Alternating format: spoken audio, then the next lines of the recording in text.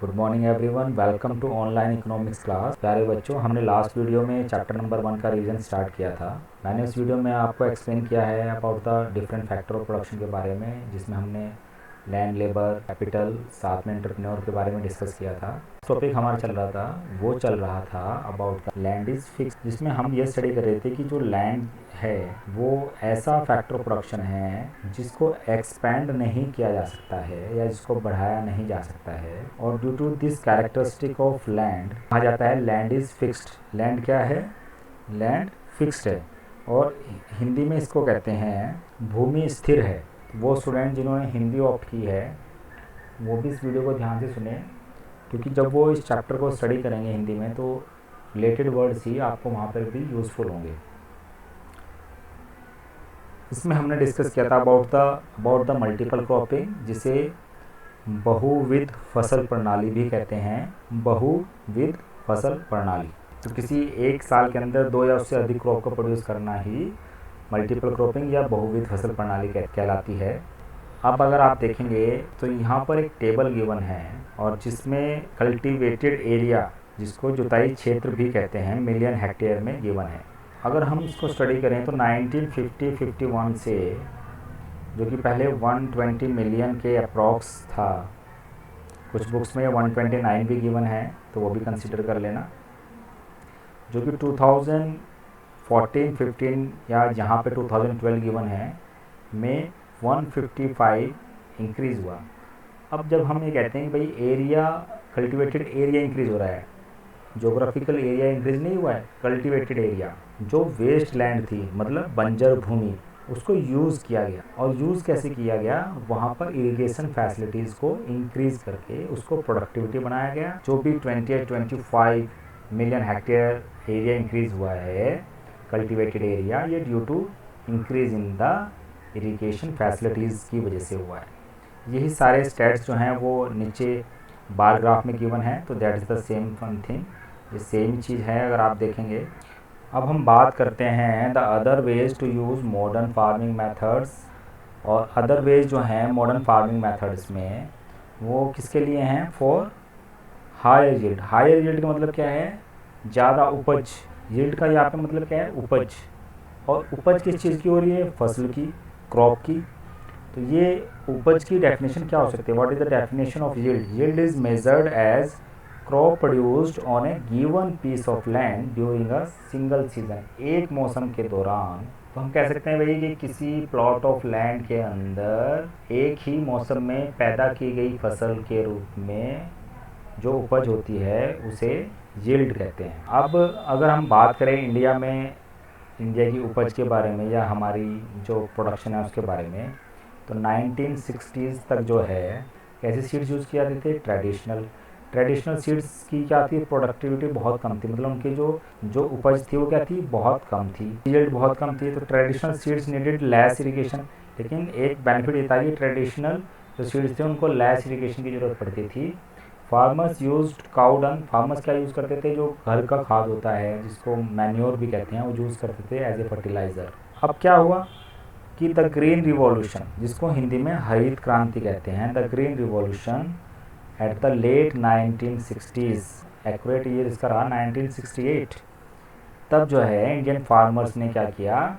High yielding varieties, मतलब अधिक उपज के बीजों का प्रयोग करना शुरू किया, जिसको HYV सीड्स कहते हैं। तो इनकी जो प्रोडक्टिविटी थी वो ज़्यादा थी as compare to traditional seeds, लेकिन HYV seeds promise to produce much greater amount of grain and single plant. तो ये क्या करते थे? एक ही प्लांट के अंदर बहुत ज़्यादा ग्रेन्स, अनाज होता था इसमें। तो वो हो क्या रहा था कि सेम पीस ऑफ लैंड पे जो प्रोडक्शन है या क्वांटिटी है या प्रोडक्टिविटी जो है वो इंक्रीज हो रही थी। तो हम कह सकते हैं larger quantities of food grains than was possible earlier, जो पहले पॉसिबल नहीं था। तो HYV सीड्स ज़्यादा पानी की ज़रूरत पड़ती थी, और केमिकल फर्टिलाइजर, साथ में केमिकल फर्टिलाइजर्स और pesticides to produce best result. Higher yield were possible only from a combination of HYV seeds, irrigation, chemical fertiliser and pesticides. यहाँ पर आपको ये डायग्राम सेम थिंग शो करता है। सेंटर में हमारा जो ऑब्जेक्टिव है वो है मॉडर्न फार्मिंग मेथड। इसके लिए HY सीड्स की नीड्स है, फर्टिलाइजर्स के नीड है, पेस्टिसाइड्स के नीड है, इरिगेशंस के नीड है, और फ्यूल और फॉर्म मशीनरी। तो ये different capital factor of production उनकी भी नीड है, और साथ में इन मॉडर्न फार्मिंग मेथड्स की ज़रूरत पड़ेगी। इन सब की हेल्प से जो प्रोडक्टिविटी है या यील्ड जो है वो इंक्रीज हो जाएगी। जो उपज है, फसल की जो उपज है, क्रॉप की जो उपज है, वो इंक्रीज हो जाएगी। तो मेन क्वेश्चन आपका यही बनता है इस चैप्टर में कि what do mean by modern farming methods. तो मॉडर्न फार्मिंग मेथड्स में आप ये सारी चीज़ लिखेंगे। अब बात आती है कि ये जो ग्रीन रिवॉल्यूशन था ये कहाँ कहाँ पे इम्प्लीमेंट हुआ। तो farmers of Punjab, Haryana and western Uttar Pradesh were the first to try out the modern farming method in India. The farmers in this region set up tubewells for irrigation. यहाँ पर ट्यूबवेल्स इरीगेशन के लिए किए गए, and made use of HYV seeds, chemical fertilisers and pesticides in farming. Some of them put farm machinery like tractors and threshers. कुछ लोगों ने machinery भी यूज़ की, थ्रेशर्स यूज़ किए।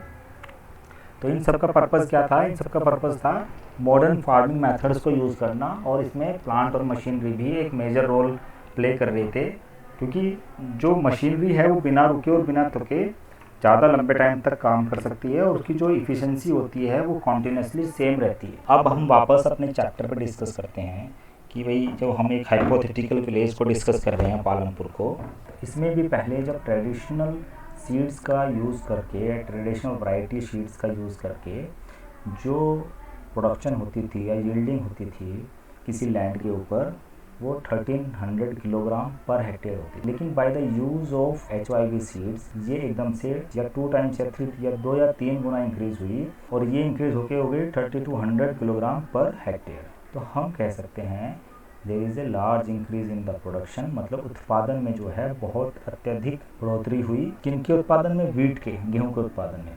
जो सरप्लस होता था उसको, सरप्लस को हिंदी वाले स्टूडेंट्स यहाँ पे नोट करेंगे, ये होता है अधिशेष।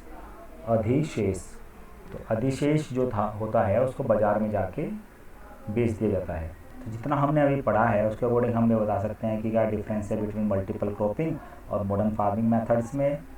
भाई मल्टीपल क्रॉपिंग तो एक से ज़्यादा क्रॉप को पूरा करना होता है। मॉडर्न फार्मिंग मेथड में डिफरेंट जो मॉडर्न फार्मिंग मेथड्स के अंदर आपका HYV सीड्स आ जाते हैं, नई प्लांट मशीन का यूज़ करना जाता है, इरीगेशन फैसिलिटीज़ को अच्छा करना जाता है, यूज़ ऑफ फर्टिलाइजर्स और पेस्टिसाइड्स आ जाता है, ये सारी चीज़ जाती है। नीचे एक टेबल गिवन है, और टेबल में जो है हमारा एक कंपैरिजन दिया हुआ है। जो ये कंपैरिजन है ये डिफरेंट ईयर्स का कंपैरिजन है, और ये कंपैरिजन प्रोडक्शन ऑफ वीट और प्रोडक्शन ऑफ पल्सेस के बीच में कि लास्ट 60 या 70 ईयर्स में क्या चेंज आया है। तो अगर हम बात करें कि पल्सेस टन्स के अंदर, तो ये तो हमारे यहाँ पहले 1965-66 के आसपास जो पल्सेस और वीट का प्रोडक्शन था वो सेम था। तो हमें जो बाकी की रिक्वायरमेंट होती थी वीट की वो इंपोर्ट करानी पड़ती थी डिफरेंट कंट्री से, जब जाके हमारी जो डिमांड होती थी वीट की वो कंप्लीट होगा। प्रोडक्शन इंक्रीज़ हुआ 1970s में due to the use of HYV seeds. Pulses का प्रोडक्शन इंक्रीज़ हुआ, लेकिन वहीं पर वीट का प्रोडक्शन जो हुआ वो डबल हो गया। फिर पल्सेस का जो प्रोडक्शन था वो लगभग सेम रहा अप टू 2010-11 तक, लेकिन जो वीट का प्रोडक्शन था वो अब जाकर 7 गुना हो चुका था। 2011-12 के आसपास पल्सेस का प्रोडक्शन फिर दोबारा से इंक्रीज़ हुआ, और वहीं पर अगर हम देखें कि 2015-16 तक और कंपेयर करें इसको 1960 से, तो हम पाएंगे कि ये 9 गुना, लगभग 9 गुना प्रोडक्शन इंक्रीज़ हुआ है हमारे यहाँ वीट का। जबकि जो एरिया ऑफ कल्टीवेशन है वो इतना ज़्यादा एक्सपेंड नहीं हुआ है। हमने पढ़ा था कि पहले जो एरिया ऑफ कल्टीवेशन था वो 110 मिलियन हेक्टेयर था, जो इंक्रीज़ होके हुआ था 155 मिलियन हेक्टेयर। तो इतना ज़्यादा इंक्रीज़ नहीं हुआ है, 20 या 30% इंक्रीज़ हुआ है एरिया ऑफ कल्टीवेशन में। लेकिन प्रोडक्शन जो इंक्रीज़ हुआ है 9 टाइम्स या 10 टाइम्स, उसका रीज़न रहा है ग्रीन रिवॉल्यूशन, जिसमें हमने मॉडर्न फार्मिंग मेथड्स को यूज़ किया और साथ में मल्टीपल क्रॉपिंग पर भी जोर दिया गया।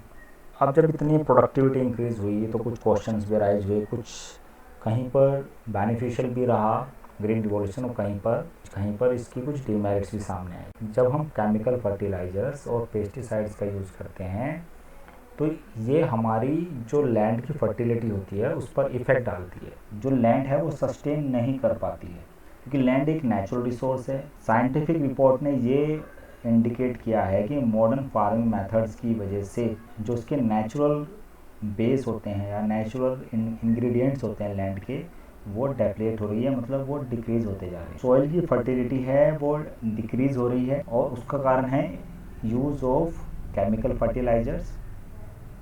साथ में HYV सीड्स का यूज़ से और फर्टिलाइजर्स के यूज़ से नंबर ऑफ इरिगेशन इंक्रीज हो जाते हैं, मतलब ज़्यादा इरिगेशन करना पड़ता है किसी पर्टिकुलर क्रॉप के अंदर, और ज़्यादा इरिगेशन करने की वजह से जो हमारी वाटर टेबल है, ग्राउंड वाटर है, उसमें भी डेप्लेशन हो रहा है। जब हम कहते हैं भाई हमारी सॉइल फर्टिलिटी को भी अफेक्ट हो रहा है और ग्राउंड वाटर को भी अफेक्ट हो रहा है, तो कहीं ना कहीं इन्वायरमेंटल रिसोर्सेज पर बहुत बुरा अफेक्ट हो रहा है लास्ट 20-30 ईयर्स से। और अगर ये सारी चीज़ें एक बार ये डिस्ट्रॉय हो जाती है तो फिर दोबारा से इन्वायरमेंट के अंदर इनको रीबिल्ड करना बड़ा मुश्किल हो जाता है या मुश्किल हो जाएगा। अब हम ये कंक्लूड कर सकते हैं कि भाई जितना फ़ायदा है मॉडर्न फार्मिंग मेथड्स को यूज़ करने का, उसका उतना ही नुकसान भी है। So that's all for today students, thank you, have a nice day.